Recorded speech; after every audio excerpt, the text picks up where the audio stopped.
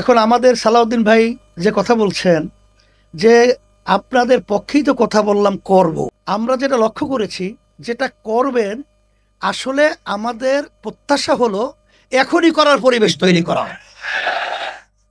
কর্ম শব্দটা আমাদের ভালো লাগে না, কারণ আমরা বিগত দিনে বহুত দেখেছি এই দেশের ভিতরে আজানের শব্দে বাচ্চাদের ঘুম ভেঙে যায়।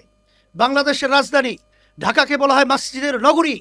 রাস্তার মোড়ে মোড়ে যেখানে মাদ্রাসা মসজিদ, যেখানে মুসলমান সন্তানদের আল্লাহ শব্দের ধ্বনিতে বাংলাদেশে আজকে সূর্য ওঠে সূর্য ডুবে, সেই দেশের মধ্যে আজকে নাচ গানের শিক্ষক শিক্ষাকে নিয়োগ দেবে, এই স্পর্ধা কেন বাংলাদেশের ভিতরে হলো? এটা অন্তর্বাদী সরকারিতে আমরা কাম করি। ভাই সালাউদ্দিন সাহেব যে কথা বলেছেন, অন্যরা দায়িত্বশীল কথা বলেছেন যে আমরা যেন ঐক্য থাকতে পারি। তো ঐক্য থাকার ব্যাপারে আলহামদুলিল্লাহ আমি আমাকে বলবো, সকলকে বলবো যে আমরা দেখছি ঐক্যমত্য কমিশন সহ এই দেশকে সুন্দর করার ব্যাপারে যে আলোচনা হয়েছে, সেখানে যে সিদ্ধান্তগুলো হয়েছে, নোট অফ ডিসেন্ট অনেক জায়গায় রয়েছে, তবে সেটা পরে না, এখনই বাস্তবায়নের প্রক্রিয়া যদি করতে পারেন ঐক্যের একটা মানচিত্র তৈরি হবে, বক্তব্যের সাথে কাজও মিল হবে ইনশাআল্লাহ। আজকে যারা এত সুন্দর ঐতিহাসিক সেমিনারের যারা ব্যবস্থা করেছেন, সর্বপ্রথম তাদেরকে আমি আমার অন্তর থেকে তাদেরকে ধন্যবাদ জানাচ্ছি।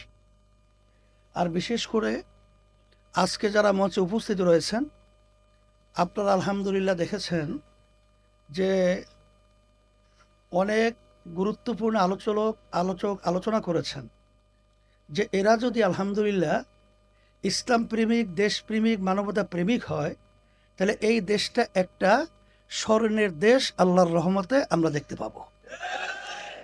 এখন বাস্তবতা হলো বক্তব্য আমরা সুন্দর সুন্দর দিব, আর ভিতরে যদি থাকে আমাদের অন্য কোনো চিন্তা, তাহলে সেখানে কিন্তু এদের সুন্দর হবে না, দেশ ধ্বংস হবে।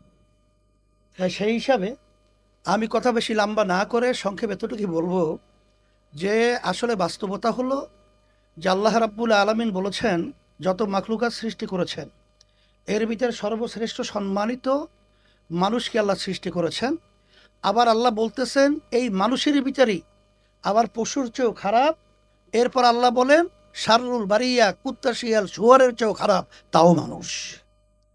তার বাস্তবতা আপনারা দেখেছেন এই বাংলাদেশের ভিতরে যারা দেশ পরিচালনা করেছে, এদের পরিচালনায় হাজার হাজার মায়ের কোল সন্তান হারা হওয়া, এদেশের টাকা বিদেশে পাচার হওয়া, লক্ষ লক্ষ মানুষকে মিথ্যা কেসের মাধ্যমে তাদের সংসারকে বিলীন করা, আজকে মানুষ স্বাধীনভাবে মাথা উঁচু করে দাঁড়াবার মতো এই পরিবেশ না থাকা, এটা কিন্তু দায়িত্ব যারা দেশ পরিচালনা করেছে এদের মাথায় কিন্তু বর্তাবে। এখন আমাদের সালাউদ্দিন ভাই যে কথা বলছেন যে আপনাদের পক্ষেই তো কথা বললাম করব, আমরা যেটা লক্ষ্য করেছি যেটা করবেন, আসলে আমাদের প্রত্যাশা হলো এখনই করার পরিবেশ তৈরি করা। কর্ম শব্দটা আমাদের ভালো লাগে না, কারণ আমরা বিগত দিনে বহুত দেখেছি এই দেশের ভিতরে আজানের শব্দে বাচ্চাদের ঘুম ভেঙে যায়। বাংলাদেশের রাজধানী ঢাকাকে বলা হয় মসজিদের নগরী। রাস্তার মোড়ে মোড়ে যেখানে মাদ্রাসা মসজিদ, যেখানে মুসলমান সন্তানদের আল্লাহ শব্দের ধ্বনিতে বাংলাদেশে আজকে সূর্য ওঠে সূর্য ডুবে, সেই দেশের মধ্যে আজকে নাচ গানের শিক্ষক শিক্ষাকে নিয়োগ দেবে, এই স্পর্ধা কেন বাংলাদেশের ভিতরে হলো? এটা অন্তর্বাদী সরকারিতে আমরা কাম করি। এই জন্য পরিষ্কার বলছি যে এখন ওই সিদ্ধান্ত বাতিল করতে হবে এবং ধর্মীয় শিক্ষা, প্রাথমিক শিক্ষা অঙ্গনে সেটা বাধ্যতামূলক, এটা ব্যবস্থা করতে হবে। বিশেষ করে আমাদের কওমি মাদ্রাসাগুলো তাদেরকে অবহেলা করা হয়। তারাও তো বাংলাদেশে বড় একটা অংশ এই বাংলাদেশের মানুষ, কিন্তু তাদেরকে দেখা যায় যে এত ধর্মীয়ভাবে তারা সচ্ছল এবং সুন্দর হওয়ার পরেও তাদের কোথাও সরকারিভাবে মূল্যায়ন হয় না। এই জন্য আমি বলবো যে কওমি মাদ্রাসার শিক্ষা, সেখানে যারা নাকি শিক্ষক রয়েছেন ধর্মীয়, তাদেরকেও সেখানে গুরুত্ব সহকারে মূল্যায়ন করা, তাদেরকে নিয়োগের ব্যবস্থা করা, গানের প্রজ্ঞাপন সহ এটা বাতিল ঘোষণা করতে হবে, আর সাথে সাথে ধর্মীয় শিক্ষক নিয়োগের ব্যবস্থা করতে হবে। আর আমার ভাই সালাউদ্দিন সাহেব যে কথা বলেছেন, অন্যরা দায়িত্বশীল কথা বলেছেন যে আমরা যেন ঐক্য থাকতে পারি।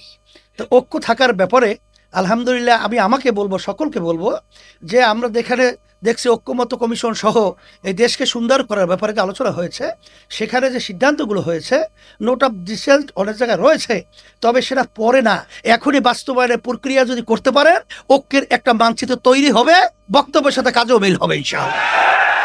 সাথে সাথে আপনাদের সকলকে আমি ধন্যবাদ জানাচ্ছি।